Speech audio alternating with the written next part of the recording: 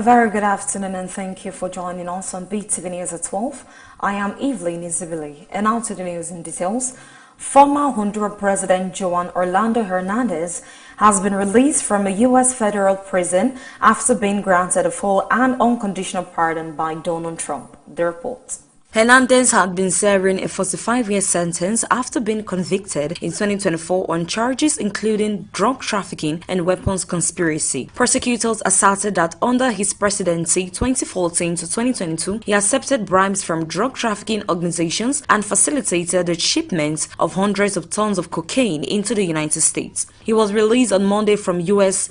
Penitentiary Hilton in West Virginia, the release confirmed via the database of the U.S. Bureau of Prisons. The pardon and release sparked immediate and widespread condemnation from U.S. lawmakers and legal experts who cautioned that the decision risks undermining the United States' efforts against drug trafficking and may send a dangerous signal of impunity for powerful individuals. Meanwhile, supporters of Hernandez and some conservative backers framed the pardon as a corrective measure, arguing the conviction was politically motivated. Hernandez's wife issued a public statement expressing gratitude to Trump for restoring hope and calling the pardon just. As of now, Hernandez remains in the United States at an undisclosed location for security reasons. It has been reported that he may consider returning to Honduras in the future, depending on developments of the ongoing presidential election there. Evelyn Izabili reporting for Beetv News.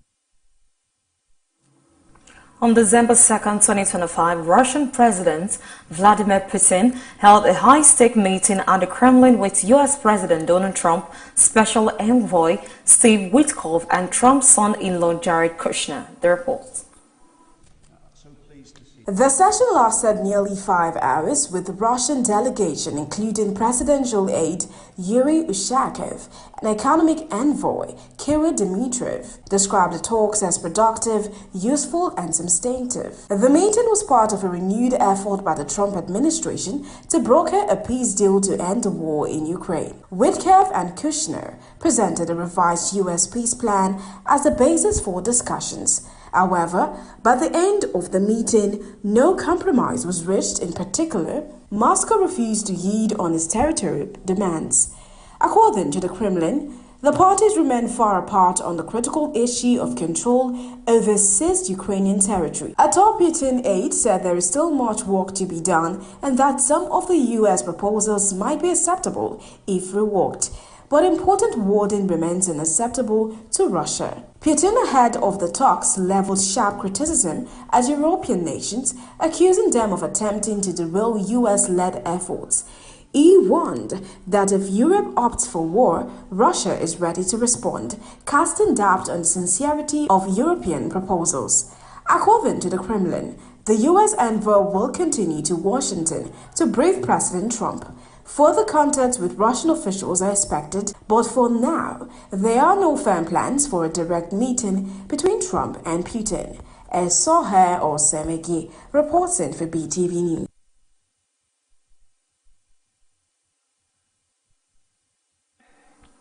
The National Electoral Commission (CNE) of Guinea-Bissau said on Tuesday it is unable to complete the country's November 23 presidential election after armed men invaded its offices, seized electoral materials and destroyed servers containing voter data. The report.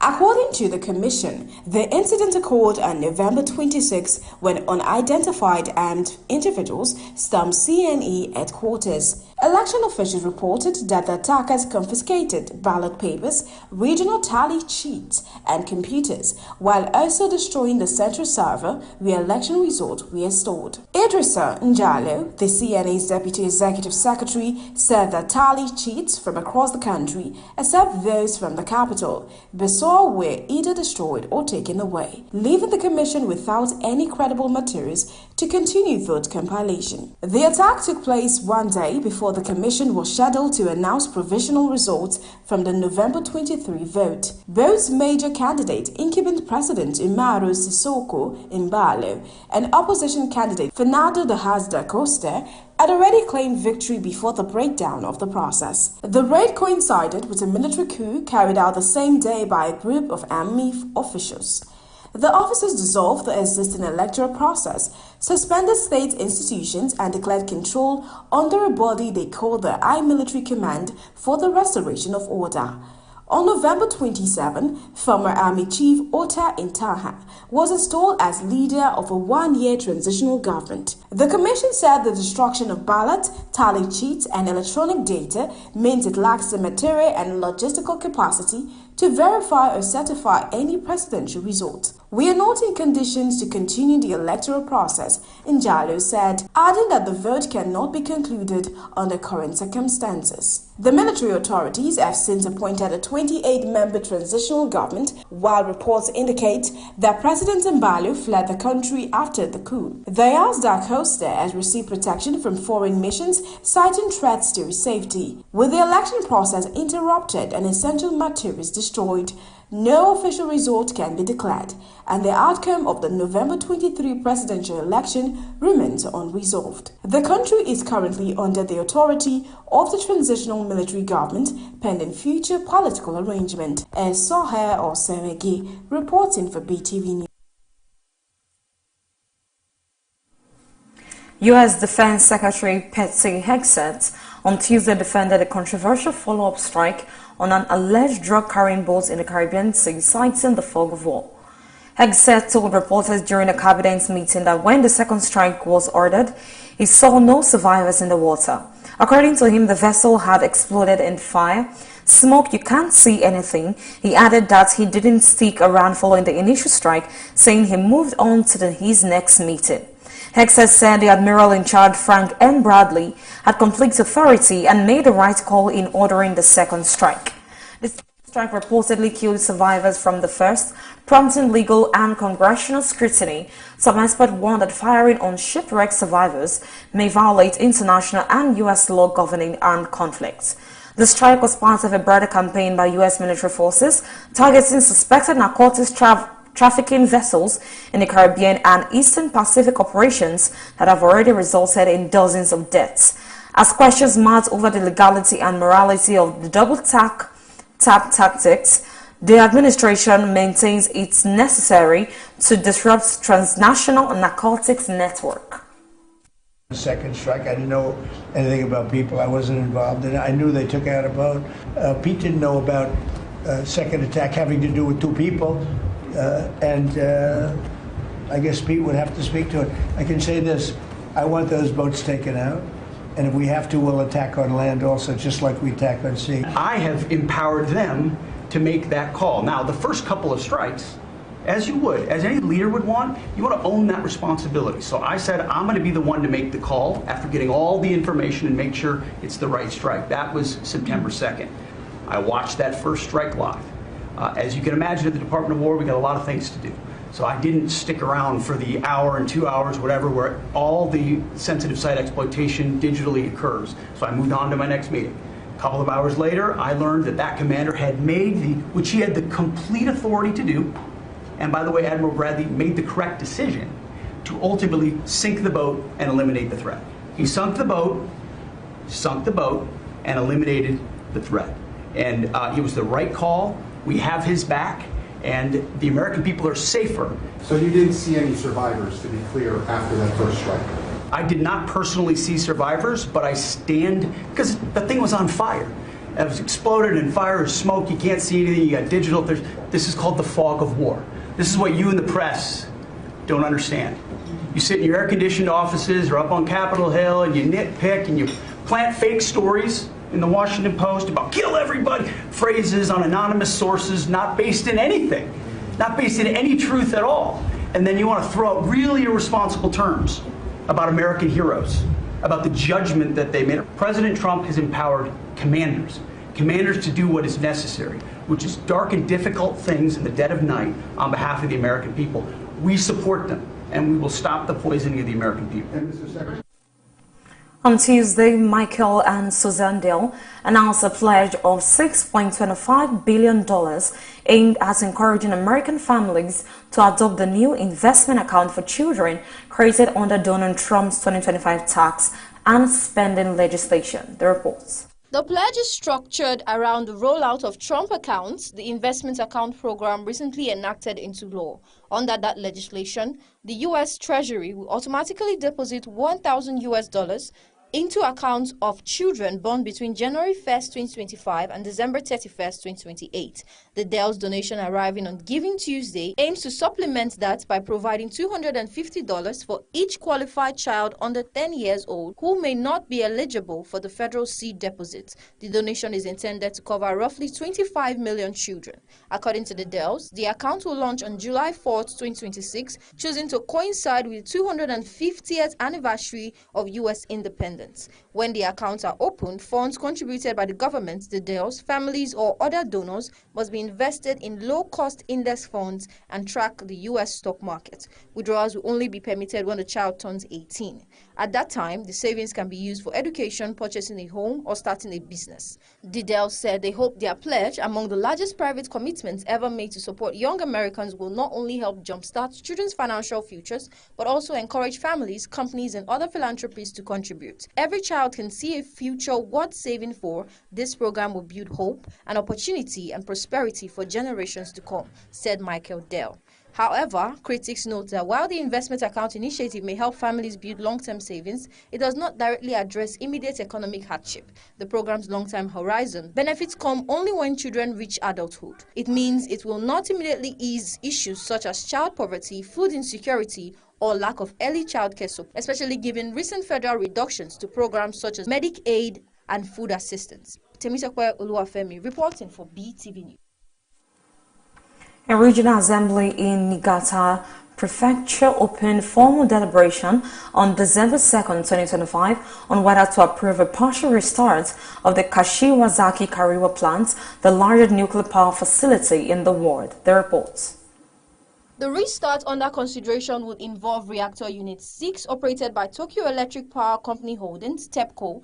If approved, this will mark TEPCO's first reactor restart since 2011 disaster of Fukushima Daiichi nuclear power plant. TEPCO had on display the safety measures taken inside Unit 6, including conducting drills based on lessons from the Fukushima catastrophe. The reopening is also supported at the national level. The government sees a return to nuclear energy as key to reducing reliance on imported fossil fuels, which currently provide a large share of Japan's electricity. Local support, however, remains mixed. A recent prefectural government survey found that 61% of residents within 30 kilometers of the plant believe conditions for a restart have not been met. Some municipalities close to the plant remain strongly opposed, citing concerns about evacuation readiness and safety in the event of a serious accident.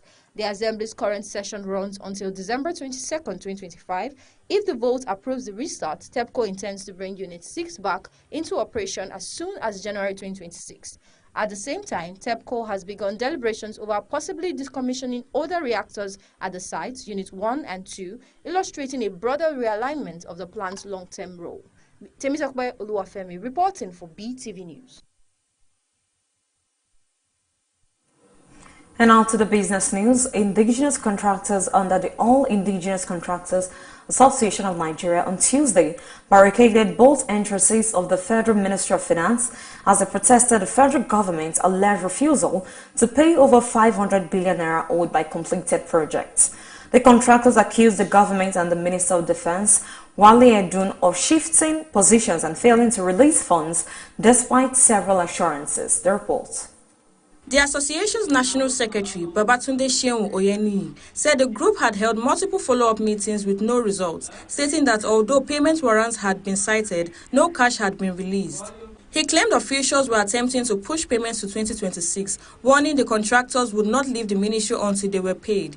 The protest left ministry staff stranded as demonstrators carried placards lamenting business collapse, lack of bank support, and rising contractor debts linked to debt pressures. The finance ministry has yet to issue an official response. Manufacturers lose millions to automation inefficiencies. A new Schneider Electric report has revealed that manufacturers worldwide are losing up to 7.5% of annual revenue due to inefficiency caused by closed hardware-driven automation systems. The study found that mid-sized manufacturers lose an average of $11.28 million yearly, large manufacturers about $45 million, while smaller firms lose $2.87 million, largely due to downtown poor data flow, and interoperability challenges. Schneider Electric's Industrial Automation Executive Vice President, Barbara Fryer, said legacy systems limit innovation and flexibility, slowing digital transformation. Omdia analyst Anna Arens added that operational agility is now essential, noting that delaying automation upgrades cost businesses more than $1 million per quarter. The findings were based on surveys and C-suite interviews across multiple global sectors, including mining, energy, food, pharmaceuticals, and manufacturing. Nigeria emerges as French investment hub. French businesses are increasing their investments in Nigeria, focusing on key sectors such as finance, technology, agriculture, energy, and creative industries, according to the French Consul General in Lagos, Laurent Favia. Speaking during the 2025 French Week Business Forum, Favia said both countries are moving from dialogue to actionable partnerships, noting that Nigeria's major banks already operate in Paris, easing cross-border financing. He highlighted growing interest from French and Nigerian companies in agriculture and technology, adding that a ministerial delegation from France is expected in 2026 to strengthen bilateral ties. Lagos State Commissioner for Commerce, Folashade Ambrose, described Lagos as a major economic hub with a GDP of about $259 billion, offering vast opportunities for French investors. The France-Nigeria Business Council also confirmed ongoing collaborations in energy, infrastructure, finance, and urban sustainability. Zainab Mohammed reporting for Beetv News. Activist Very Dark Man has opened up about the past private encounter he had with former Chief of Defense Staff General Christopher Musa following news of Musa's nomination as Minister of Defense by President Bola Tinubu. In a video shared online, he recalled being summoned by military authorities in 2025 after he publicly criticized Musa's comment on the deadly Yelwata massacre in Benue State, which claimed many lives on June 14, 2025. Also, Diddy slams Netflix docuseries as shameful hate piece, the report. Very Dark Man explained that after visiting Yelwata and sharing graphic evidence of the attack, he was taken to a military base in Asokoro, where he unexpectedly met Musa face to face. According to him, the general dismissed everyone from the room and said, "I need your help," asking for detailed information and intelligence about the conflicts. He described Musa as humble and solution-driven, noting that the ex-CDS was willing to seek credible information from anyone, regardless of status. His revelation has sparked conversations online, with many reacting to the unusual nature of the meeting and the activist's bold retelling of the incident. In another development, popular comedian Sabinus has cleared the air on speculation surrounding his marital status, stating plainly that he is not married. In a brief online statement, he explained that although he once had a relationship, it ended amicably and he remains on good terms with his child's mother. He urged fans to disregard misleading reports claiming otherwise. Despite earlier reports on a private 2023 UK wedding with Sienna Chapman, followed by news on marital issues in 2025, Sabinus insisted that his personal life is peaceful and drama-free. His clarification has generated a wave of reactions online as fans debate the timeline and details of his relationship. Sian Diddy Combs has strongly criticized the new Netflix docuseries Sian Combs: The Reckoning, calling it a shameful hit piece fueled by unauthorized stolen footage and shared by executive producer 50 Cent's alleged personal vendetta. The four-part series, which premiered on December 2nd, explores Diddy's rise, influence, and the legal troubles leading up to his federal charges. Diddy's spokesperson claimed Netflix misused private videos, including conversations with his lawyers, and accused the platform of prioritizing sensationalism over truth. Netflix, however, insists the footage was obtained legally and says Combs' team did not respond to requests for comment. Executive producer 50 Cent emphasized the documentary's intimate access, revealing moments recorded just days before Diddy's 2024 arrest. The series follows Combs amid mounting legal and public pressure, including scenes where he expresses fear for his future before being indicted on charges of racketeering, sex trafficking, and transportation for prostitution. The documentary has sparked intense debate over ethics, consent, and control of personal narratives. And that's it on the entertainment news. Evelyn is reporting for Beetv News. And lastly, on today's bulletin, Barcelona moved 4 points clear at the top of La Liga with a 3-1 win over Atletico Madrid at the reopened Camp Nou. Atletico struck first in the 19th minute when Noel Molina long pass released Alex Benia, who beat the offside line and finished past Joan Garcia. Barcelona equalized 7 minutes later as Pedri splits the defense with a through ball that Rafinha controlled around Jan Oblak before rolling into an empty net.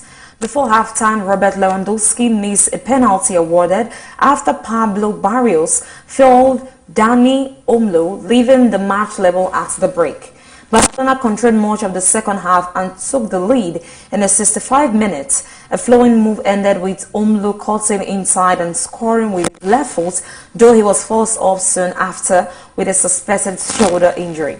Atletico pressed for an equalizer late on, but the space they left behind proved costly.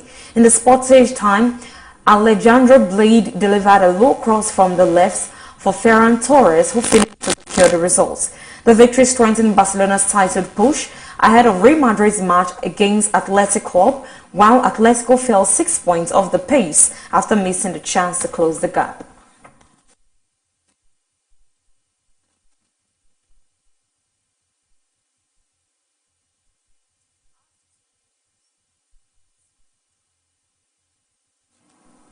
And that's it on the afternoon bulletin on the news on the hour 12. I am Evelyn Izibili. Thank you and have a blessed day.